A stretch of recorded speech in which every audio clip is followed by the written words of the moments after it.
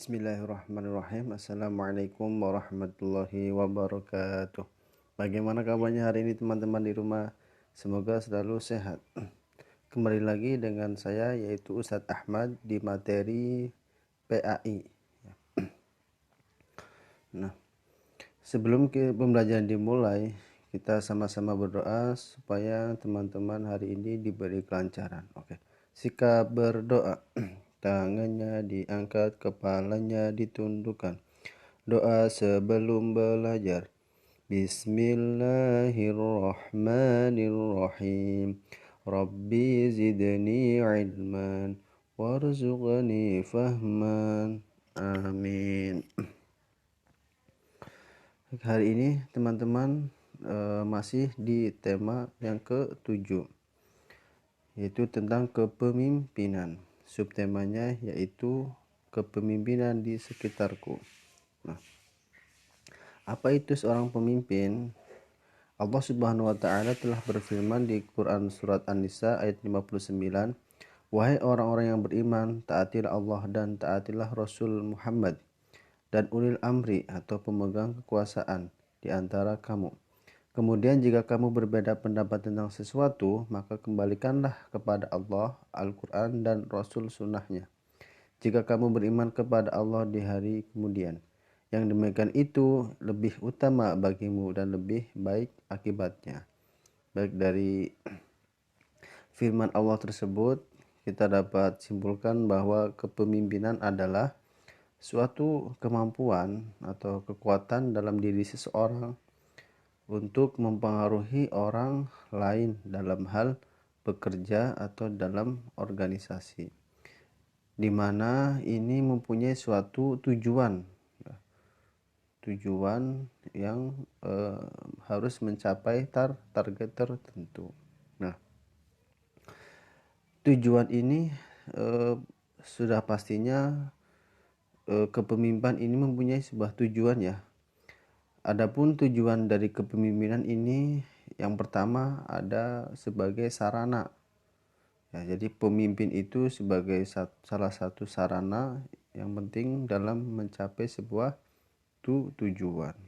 Nah, yang kedua yaitu seorang pemimpin yaitu juga memiliki motivator atau memotivasi orang lain. Jadi kepemimpinan juga memiliki tujuan yang lain, yaitu bisa membantu atau memotivasi orang lain menjadi lebih baik atau lebih meningkat dalam bekerja atau mempertahankan diri untuk bekerja dalam levelnya. Oke. Lalu yang selanjutnya yaitu seorang pemimpin juga mempunyai fungsi, yaitu fungsi instruktif atau kalau jika dalam bahasa sehari-hari itu instruktif, yaitu memberi perintah, ya, memberi instruksi. Jadi fungsi kepemimpinan itu adalah sebagai komunikator atau melakukan perintah berupa isi. Ya, artinya pemimpin berfungsi untuk memberi perintah kepada yang dipimpin. Sedangkan yang dipimpin ini berfungsi melaksanakan perintah dari pemimpin. Itulah beberapa tujuan adanya kepemimpinan. Oke. Hari ini materi PAI di tema 7 sub 1 yaitu tentang beriman kepada qada dan qadar. Nah, ini tentunya beriman kepada qada dan qadar salah satu rukun iman ya, rukun iman. Jadi kita wajib mempercayai bahwa adanya qada dan qadar. Oke. Kita langsung ke pengertiannya saja teman-teman. Apa itu qada dan apa itu qadar? Jadi yang pertama pengertian qada dan qadar, ya qada ya, atau qada berarti ketetapan ya. Jadi sebelum manusia lahir di dunia ini, Allah itu telah menciptakan ketetapan tentang kehidupan ya. Jadi misalkan Allah itu telah menetapkan ya, adanya langit, bumi, ya, manusia dan sebagainya. Sudah ditetapkan. eh, jenis kelaminnya, misalkan manusia atau hewan, jenis kelaminnya, terus fisiknya bagaimana dan sebagainya. Itu ketetapan Allah ya, yang tidak dapat dirubah. Itu sudah ada zaman azali atau sebelum diciptakannya manusia. Nah, sedangkan qadar ya, menurut bahasa ini adalah peraturan.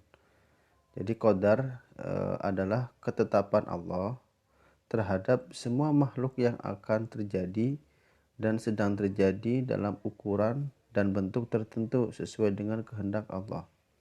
Nah, kita singkat dari pengertian tersebut, qadar merupakan takdir yang masih dapat diubah oleh manusia. Dengan cara apa? Dengan cara berikhtiar ya, dengan sungguh-sungguh berdoa dan tawakal atau berpasrah diri. Sedangkan qada merupakan sebuah ketetapan dari Allah Subhanahu wa taala yang tidak dapat dirubah.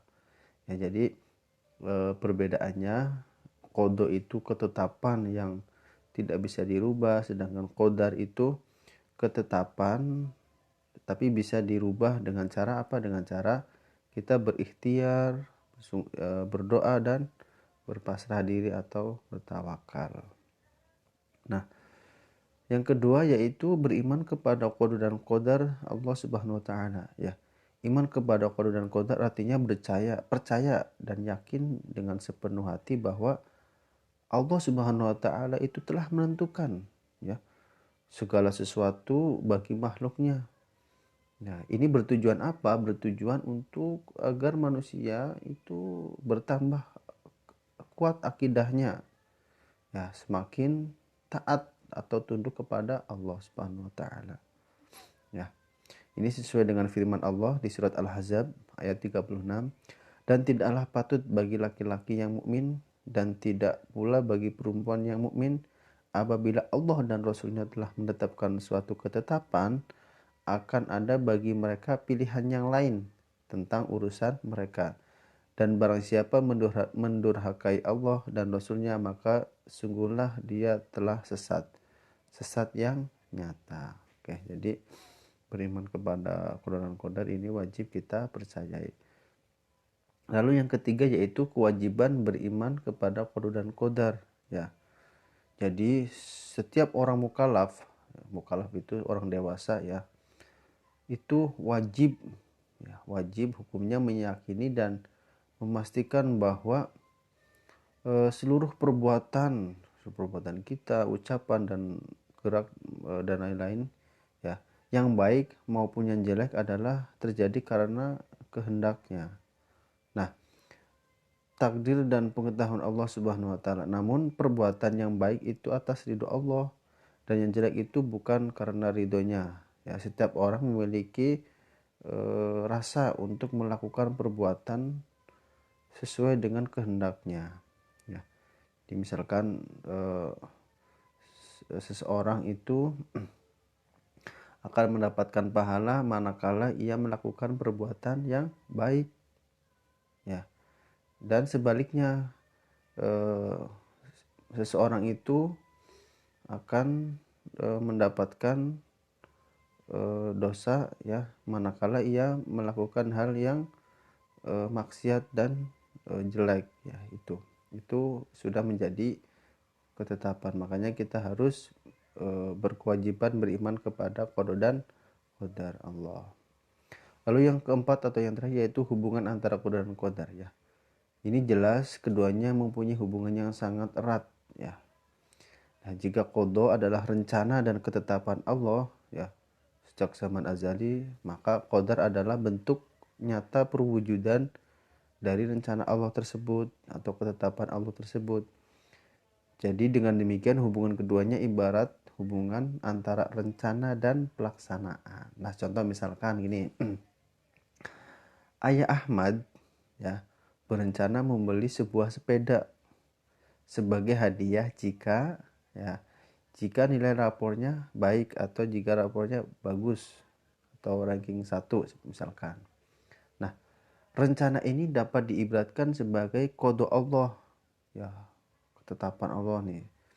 Nah, sehingga ketika rencana membeli sepeda sebagai hadiah itu terlaksana, maka itulah yang dinamakan qadarnya. Jadi misalkan Ayah Ahmad ini kan sudah berencana membelikan sepeda. Nah, ini kodo ya, sudah ditetapkan akan membeli sepeda. Nah, ketika membeli sepeda itu jadi ya atau terlaksana, nah itu maka yang dinamakan kodarnya. Ya jelas ya, jadi kodo dan kodar itu ibarat sebagai rencana dan pelaksanaannya. Nah, itu hubungan antara qada dan qadar. Nah, untuk lebih jelasnya ya Ustaz Ahmad sudah ringkas. Jadi contoh takdir itu contoh takdir yang tidak dapat diubah atau qada ya, ini sama contoh takdir yang tidak diubah antaranya kelahiran seseorang. Ya, ini jelas sudah ditetapkan oleh Allah. Jenis kelamin, ya penampilan fisik dan kematian termasuk jodoh dan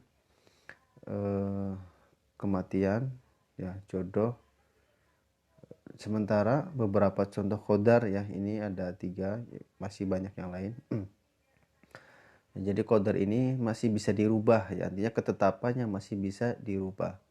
Jadi contoh misalkan seseorang yang kesulitan memahami pelajaran misalkan di sekolah, berusaha belajar dengan giat. Jadi mereka berusaha belajar dengan giat untuk memperoleh nilai yang bagus. Jadi misalkan teman-teman kesulitan nih, tapi teman-teman tetap berusaha, tetap giat belajar. Nah, maka ini masih bisa dirubah untuk ketetapan dari Allah. Lalu yang kedua yaitu tentang misalkan di sini ada orang yang mengidap penyakit tertentu ya yang sulit diobati. Nah, setelah terus berikhtiar ya, berdoa, bertawakal dan menjalani gaya hidup sehat ya, ini misalkan menjadi sembuh. Nah, ini bisa jadi bisa berubah ya untuk tadinya. Lalu yang ketiga misalkan ada seseorang yang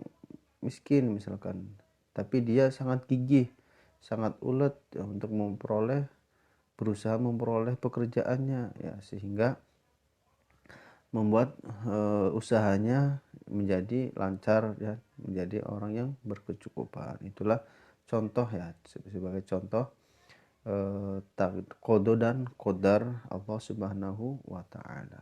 Oke. Kesimpulannya untuk materi kali ini yaitu pengertian qada dan qadar secara bahasa, yaitu qada berarti hukum atau keputusan, perintah, kehendak ya. Lalu qadar secara bahasa berarti kekuasaan atau kemampuan. Ketentuan atau kepastian, ukuran dan menentukan sesuatu menurut batas-batasnya.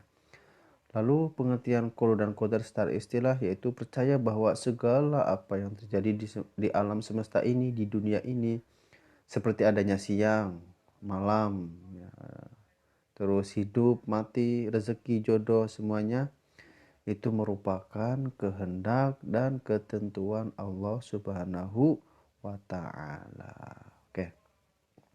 Apa sih hikmah yang dapat kita ambil dari beriman kepada qada dan qadar ini?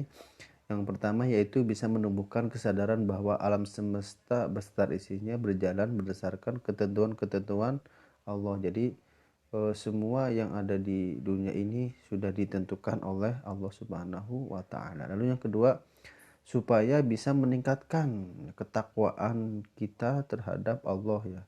Semakin menguat akidah kita ya, semakin taat dan tunduk kepada Allah Subhanahu wa taala. Lalu yang terakhir yaitu bisa menumbuhkan sikap dan perilaku terpuji, serta bisa menghilangkan perilaku-perilaku yang tercela atau yang tidak baik. Itulah hikmah. Oke, teman-teman. Untuk proyeknya yaitu teman-teman silakan, ada 5 pertanyaan yang Ustaz Ahmad berikan, silakan teman-teman dibaca ya, yang fokus. Lalu teman-teman bisa jawab ya, ada 1 sampai 5. Silakan teman-teman jawablah pertanyaan di samping ini, disalin di buku tulismu lalu dikirimkan melalui classroom ya. Terima kasih teman-teman, hari ini sudah menyempatkan waktu untuk mengikuti pelajaran PAI ini. Semoga apa yang ditetapkan oleh Allah Subhanahu wa taala itu terhadap kita itu baik ya, kita dapat semakin bertakwa kepada Allah tentang adanya beriman kepada qada dan qadar. Oke, baik teman-teman, mari kita tutup pembelajaran hari ini dengan membaca hamdalah bersama-sama. Alhamdulillahirabbil alamin. Segala puji bagi Allah Tuhan semesta alam. Dari Ustaz Ahmad cukup sekian, kurang dan lebihnya mohon maaf.